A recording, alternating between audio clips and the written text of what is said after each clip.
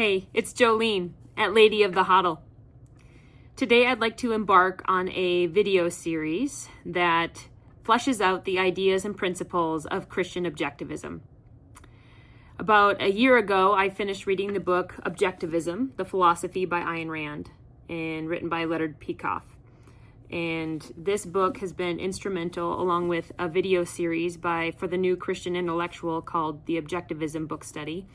You can find that book study at bit.ly/objectivism study.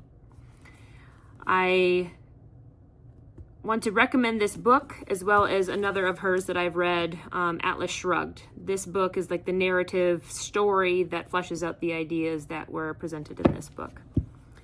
If you take a look at the preface, Leonard Peikoff describes that he has chosen the forest.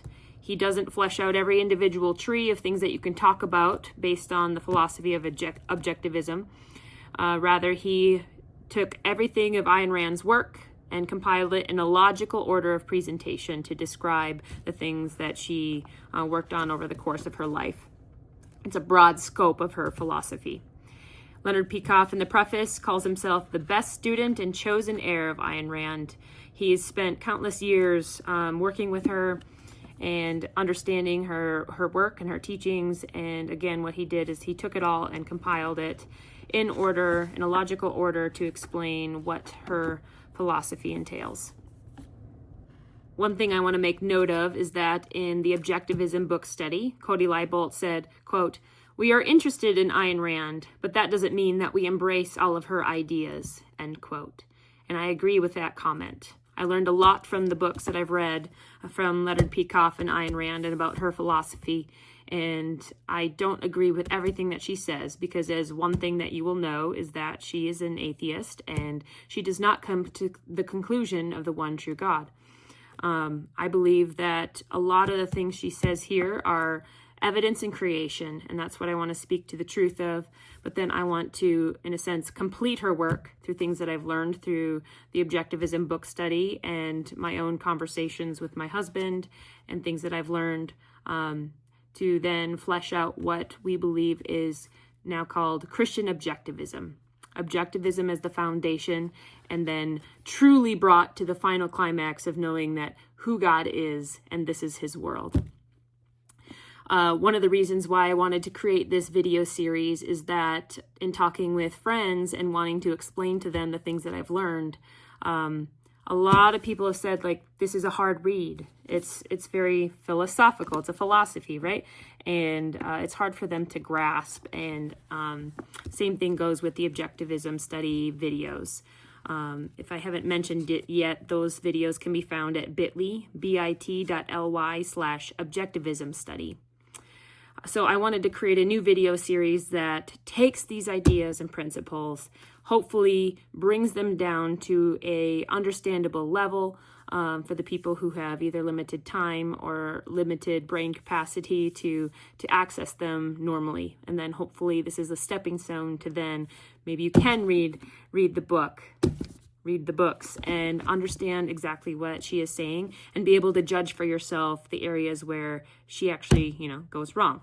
Again, like she doesn't agree with the ultimate conclusion that God is God and he is the creator of this universe. And it is because of him that we have these very principles built into nature. So I hope you enjoy this series. Reach out to me with questions. Again, I'm at Lady of the Huddle, and you can reach out to me on X. Enjoy. Hey, it's Jolene at Lady of the Huddle.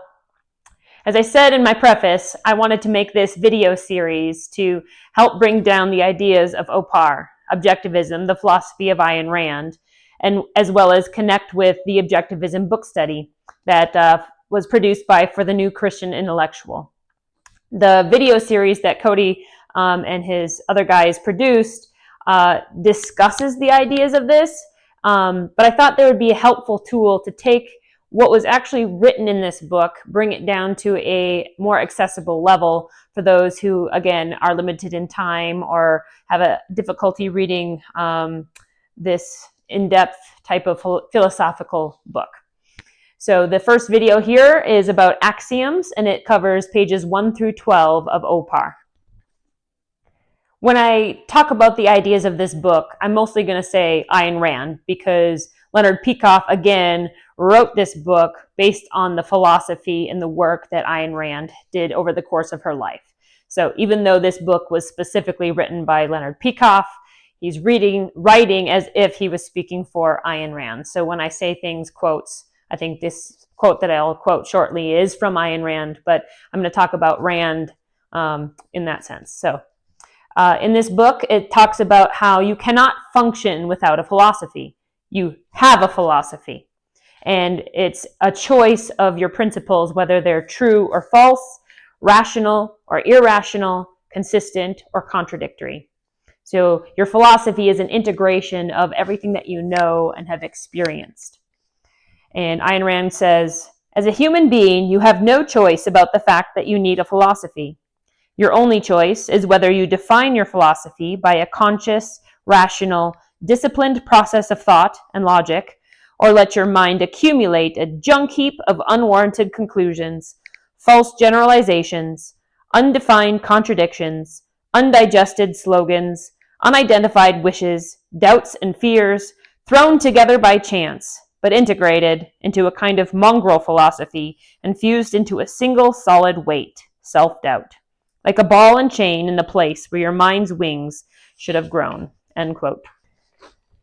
So again, you have a philosophy.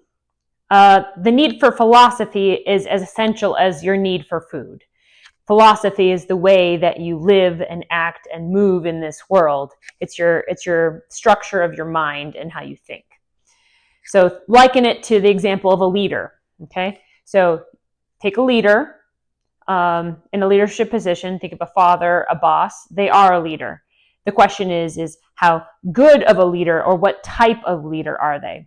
You have a philosophy. So it just depends on what philosophy you have or how well you've developed your philosophy. Philosophy is a system of thought or a method of knowledge. It's the way you approach life and think through it. And without a system of philosophy, a formalized system or one that's structured, what you have is, okay, you have some idea,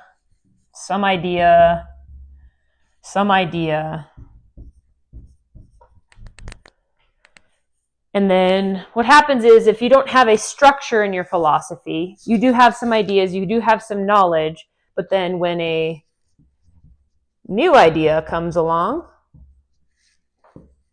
you want to add it to your system or lack of system in many cases. It's like, okay, what do I do with that idea? How do I think about it? If it's not close enough to any of these ideas, you don't know what to do. And that's what I found was that I would have areas of knowledge. I knew a lot about parenting. I knew about homeschooling. I knew about, let's say gardening. But then when a new idea came along, such as even objectivism, right? I didn't know what to do with it.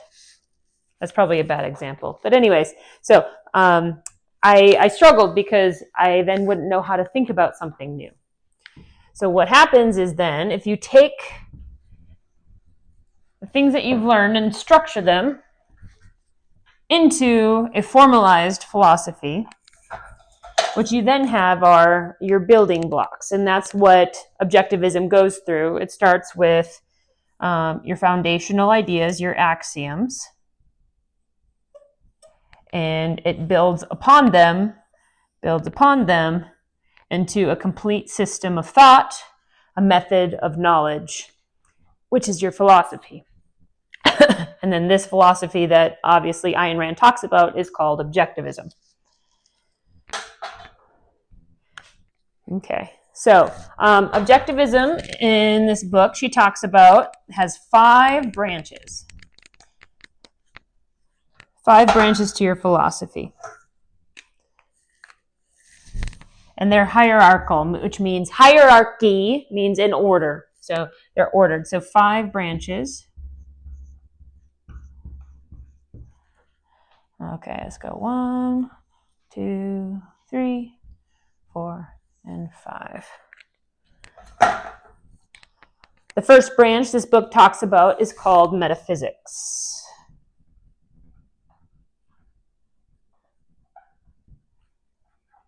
And it's kind of the study of nature. So metaphysics is the world around you, what you can see and observe in the world around you. And then it builds, make sure I spell it correctly, epistemology.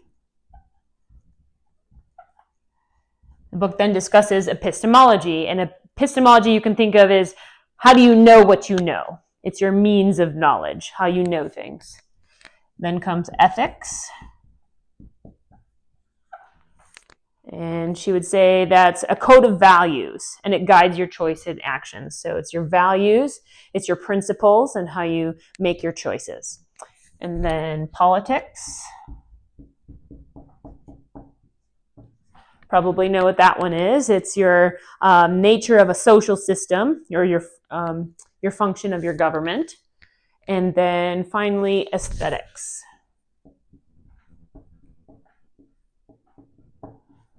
It's the study and the nature of art. So, the goal of this book is to see the whole and be able to evaluate whether it's true and be able to judge it for yourself. So it talks through and explains each of these branches, and it looks at principles that are contained within them and challenges you to look at the whole of your philosophy, not just part of it, but the entirety of your philosophy, and be able to judge whether or not it is true and be able to judge for yourself. So.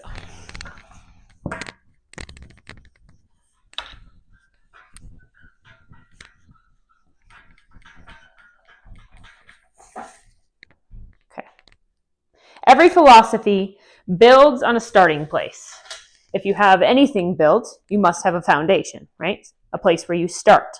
So what is the start of objectivism? Cody in the Objectivism book study says that God is the most important in the whole universe, right? But is he the first thing that you know? No. So one objection that many Christians have with objectivism is that, wait, hold on, you're starting with something other than God. Isn't God the most important thing? He's the most important, but he's not, if you think about, and I'll work you through, he's not the first thing that you know.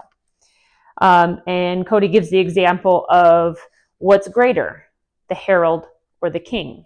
So you have the herald, the messenger, coming into the town to announce the coming of the king, and sometimes gives a message for the king. So the message comes first, but then the king comes, and that's important. It's important to know the order of things, okay?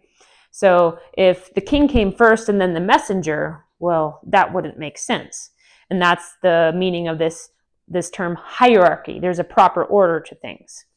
Objectivism, and therefore Christian objectivism, begins with naming and validating the foundational building blocks. Again, if you remember my example of idea, it's just scattered, and that's what it talks about in the quote I just read, a mongrel philosophy. You just have a bunch of ideas patched together and put together to form some sort of mongrel philosophy, but then there's no order to it. So if you begin to think about it and put order and structure to your philosophy, it actually is going to really help you out to think about all things of life. And the beginning is something that is the root of everything else. Okay? So think of a baby. A baby begins with looking at the world and sees things. So the philosophy of objectivism starts with it is. Literally, it is, okay? The baby will look at the world and know that there is something and not nothing, okay?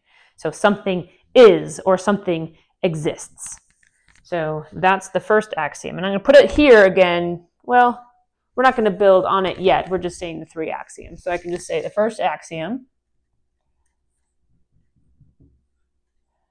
is existence exists. This is where you start. This is where you have to start. Because if you deny that existence exists, then there is no reality and nothing matters, right? So the first axiom is existence exists. Before anything else, there must be something, right? And one knows that there is. Okay, so it is, that is, something exists. And then what it implies is the second axiom.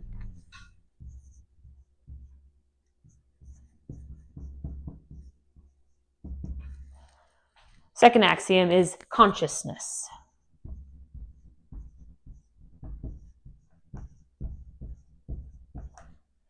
Something, again, it is, or something is. And this is called a corollary axiom. It is, and it's perceived by I am aware of it, right? They're two separate things, but you can't have consciousness without existence. And I think this will get to this in a later part of this chapter, but there's a proper order here. There's a reason why this one's first, because something can exist without you, right? This board, doesn't matter whether I am or I am not, it is still here. So it's called the primacy of existence. The first axiom, there is something, there is the world, there is things, and then you are aware of those things. So again, philosophy is in your mind, right? So that's why we have to include something like consciousness, because existence can exist, but if we're doing a method of thought or a system of knowledge, right, you are involved. So again, existence exists, and you are aware of that existence. Or as Ayn Rand said, there is something of which I am aware. And you are aware through perception. You perceive things in the world around you. You are conscious of something. And that's the proper order. If, again, nothing exists, if we deny this first axiom, then you can't exist either. So most foundational is existence exists, and corollary or goes along with that is that you are aware of that existence. Another quote from Ayn Rand says, "Whatever the degree of your knowledge, these two, existence and consciousness, are axioms you cannot escape. These two are the irreducible primaries." So you can't reduce them, and they're foundational. "The irreducible primaries implied in any action you undertake, in any part of your knowledge, and in its sum or total. From the first ray of light you perceive at the start of your life, to the widest knowledge you might acquire by the end of your life. Whether you know the shape of a pebble or the structure of a solar system, the axioms remain the same, that it exists and you know it." End quote. And that takes us on to the third axiom. And it's these three axioms that the entire philosophy is built. Is the law of identity.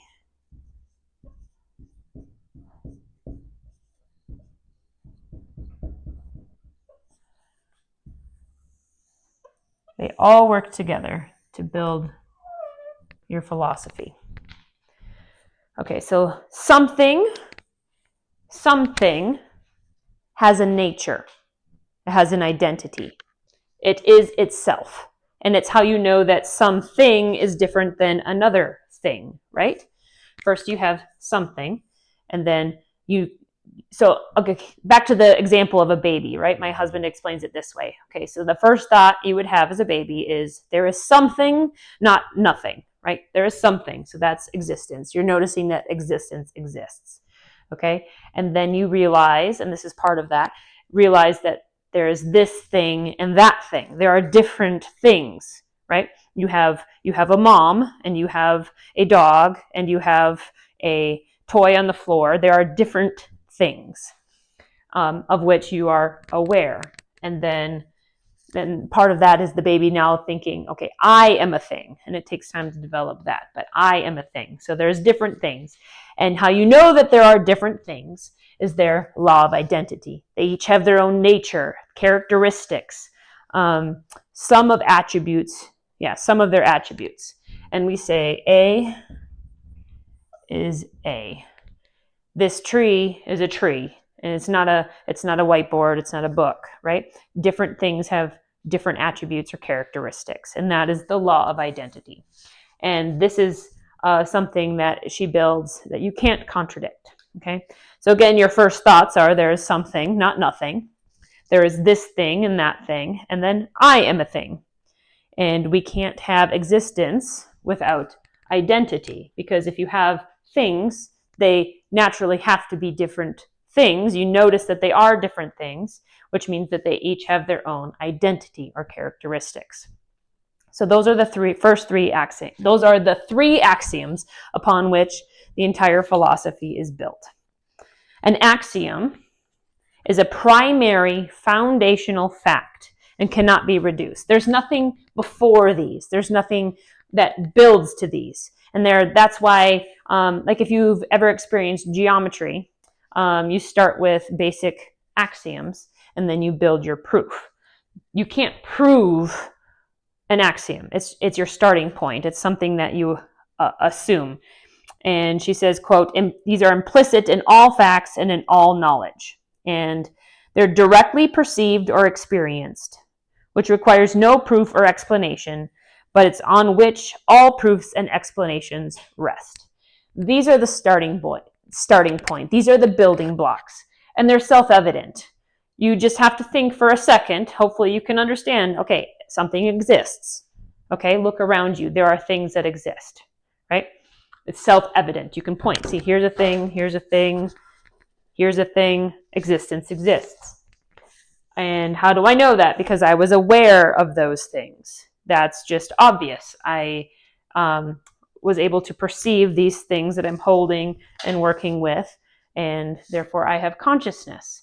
And then I know that a marker is different than an eraser, which is different than the whiteboard, because they all have different characteristics, attributes, functions, different identity.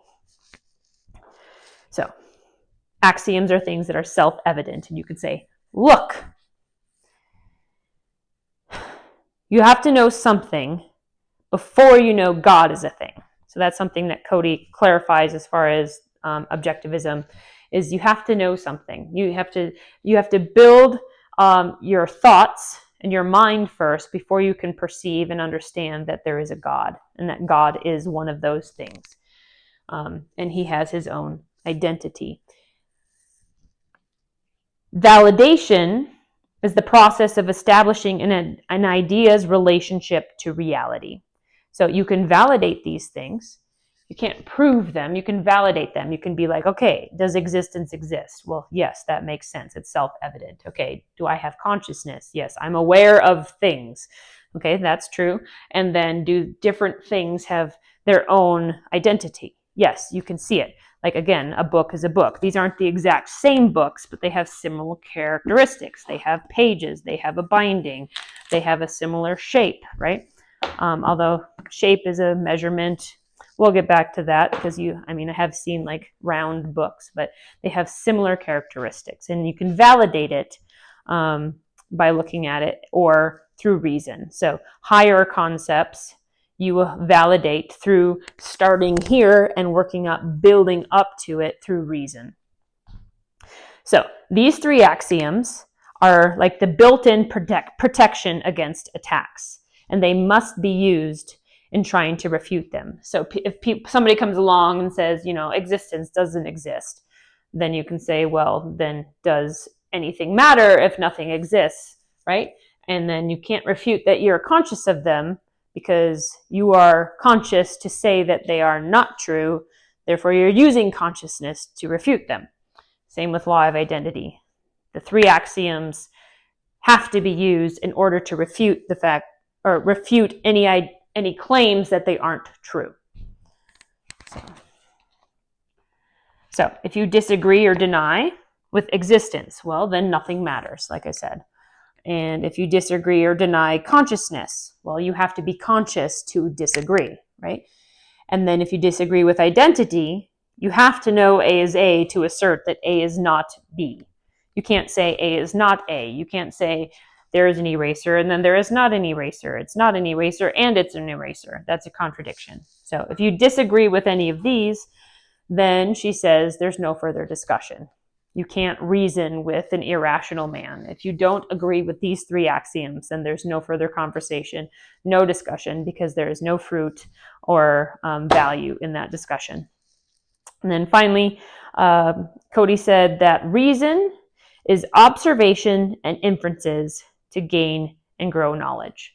So to gain knowledge, you can either perceive the things in the world around you or build from them and reason to new knowledge. So that sums up the first section of chapter 1 about axioms. Again, our 3 axioms are existence exists, consciousness, and the law of identity. From here, we will build the rest of the philosophy of objectivism. Thank you for watching. See you next time.